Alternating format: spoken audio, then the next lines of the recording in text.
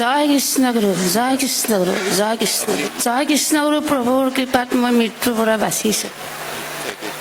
প্ৰভুৱে এটা ফুল দিছিল, সেই ফুলটো হস্পিটেলত মনে মনে ৰসখিনি মোৰ ওঠত লাগে দিয়াৰ পিছত মই মাত দিছোঁ। আৰু ডক্তৰে কৈছে আপোনাৰ মৃত্যু হৈছে। মই আৰু জয় কৃষ্ণগুৰু বুলি কোৱাৰ লগে লগে কৈছে আপোনাক জয় কৃষ্ণগুৰু বাচাইছে।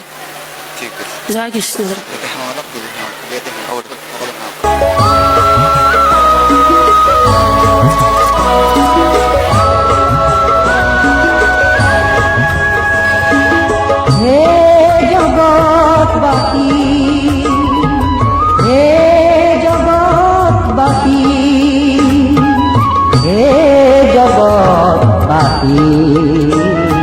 সময় পালেহি আহি, হে জগতবাসী সময় পালেহি আহি। সৎগুৰু কান্দাৰী খাজা, সৎগুৰু কান্দাৰী খাজা, গুচাই থোৱা বিষয়ৰ বোজা, বিষয়ৰ বোজা, গুচাই থোৱা বিষয়ৰ বোজা, বিষয়ৰ বোজা। হে জগতবাসী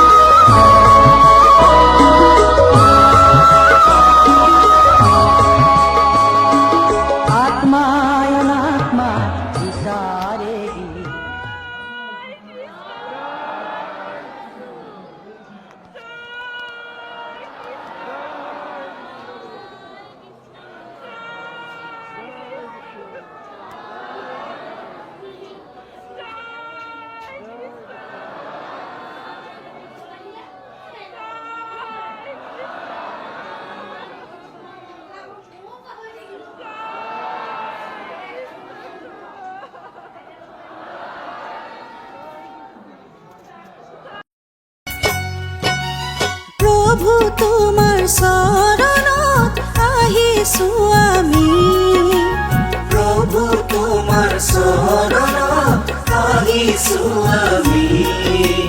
তোমাৰে সন্তান, তোমাৰে সন্তান, আমি কৰিছো মিনতি, তোমাৰ চৰণতে আজি জ্বলালো চাকি। দয়াৰে সাগৰ তুমি দিয়া সঁহাৰি,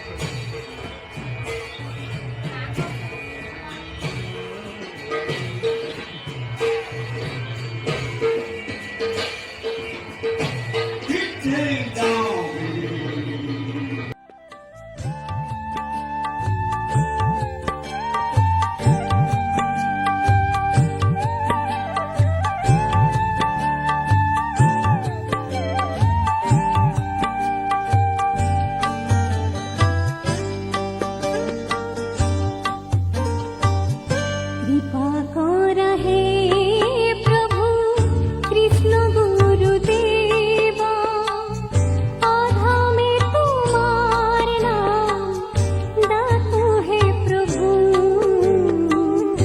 আধামে তোমাৰ নাম ডাকো হে প্ৰভু। সৃষ্টিৰ পাতনিত প্ৰভু তুমি আছিলা, জলৰ মাজত প্ৰভু তুমি অনন্ত সজাত, সৃষ্টিৰ মধ্যে তুমি ঈশ্বৰ প্ৰভু বুলি কওঁ, কৃষ্ণগুৰু প্ৰভু, তেওঁ সঁচাকৈ প্ৰভু, তেওঁ সঁচাকৈ ঈশ্বৰ। কাৰণ কেনেকুৱা এজন মানুহে এনেকুৱা এটা বিশেষ জেগাত থাকি যিখন এখন গাঁও,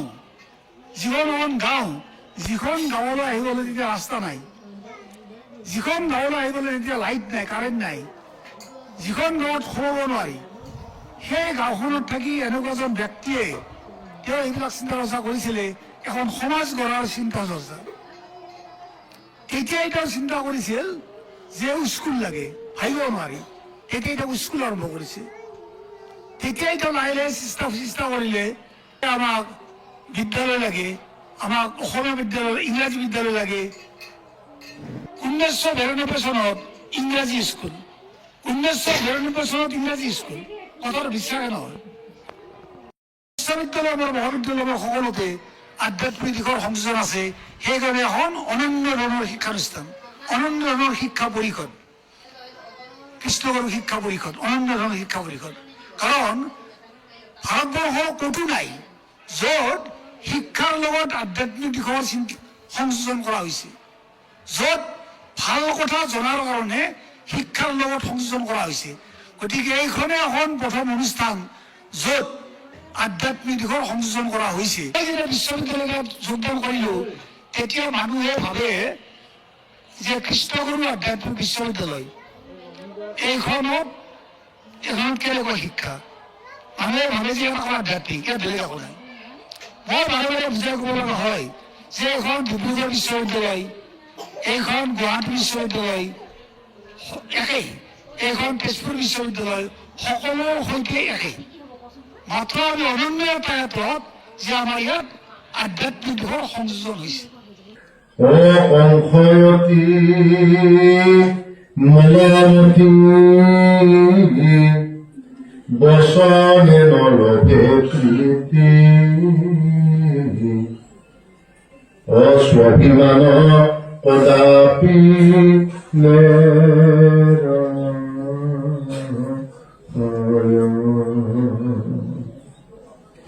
এই কথা চিন্তি মনে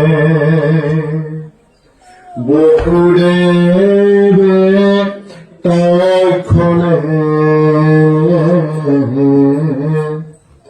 কংস আগে কৰে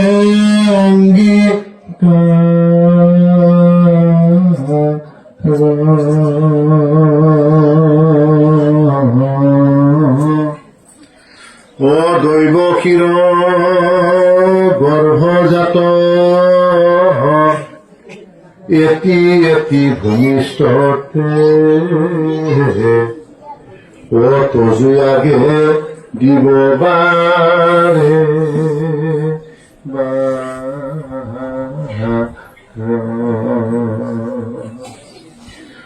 হত্যা কৰি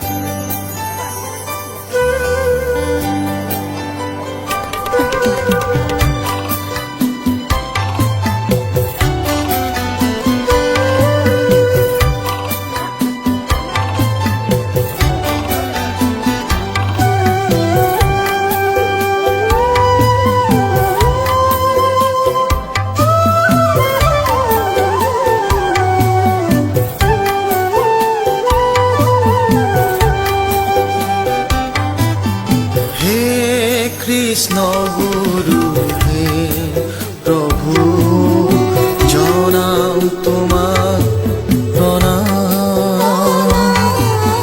হে কৃষ্ণ গুৰু হে প্ৰভু জনাও তোমাৰ প্ৰণাম। উত্তৰ পূব কোণত অৱস্থিত অতিকৈ পিছপৰা নক্ষত্ৰতে 1913 চনত মনোহৰ দেৱৰ বংশানুক্ৰমে কৃষ্ণৰ একাদশ অৱতাৰ হিচাপে পৰম গুৰু কৃষ্ণগুৰু গুৰুৰূপে আৱিৰ্ভাৱ হয়। ধৰ্মৰ গ্লানিয়ে জগতৰ জীৱসকলক তাকিত কৰা, তাৰ পৰা মুক্ত পাবলৈ আঁতৰলৈ সকলোৱে নিৰাকাৰ পৰম ব্ৰহ্মক আহ্বান কৰে। আহ্বান কৰা মৰ্মে পূৰ্ণ অৱতাৰী গুৰু তথা নিৰাকাৰ পৰম ব্ৰহ্ম নিজে সাকাৰ ৰূপ লৈ নক্ষত্ৰত আৱিৰ্ভাৱ হয়। ধৰ্ম সংস্থাপনৰ অৰ্থে জগতত ম্লেচ্ছবোৰৰ কবলৰ পৰা সন্ত সাধুসকলক ৰক্ষা পাবলৈ তেৰাই মনুষ্যৰূপে আৱিৰ্ভাৱ হৈ জগতত শান্তিৰ বাতাবৰণ সৃষ্টি কৰিলে।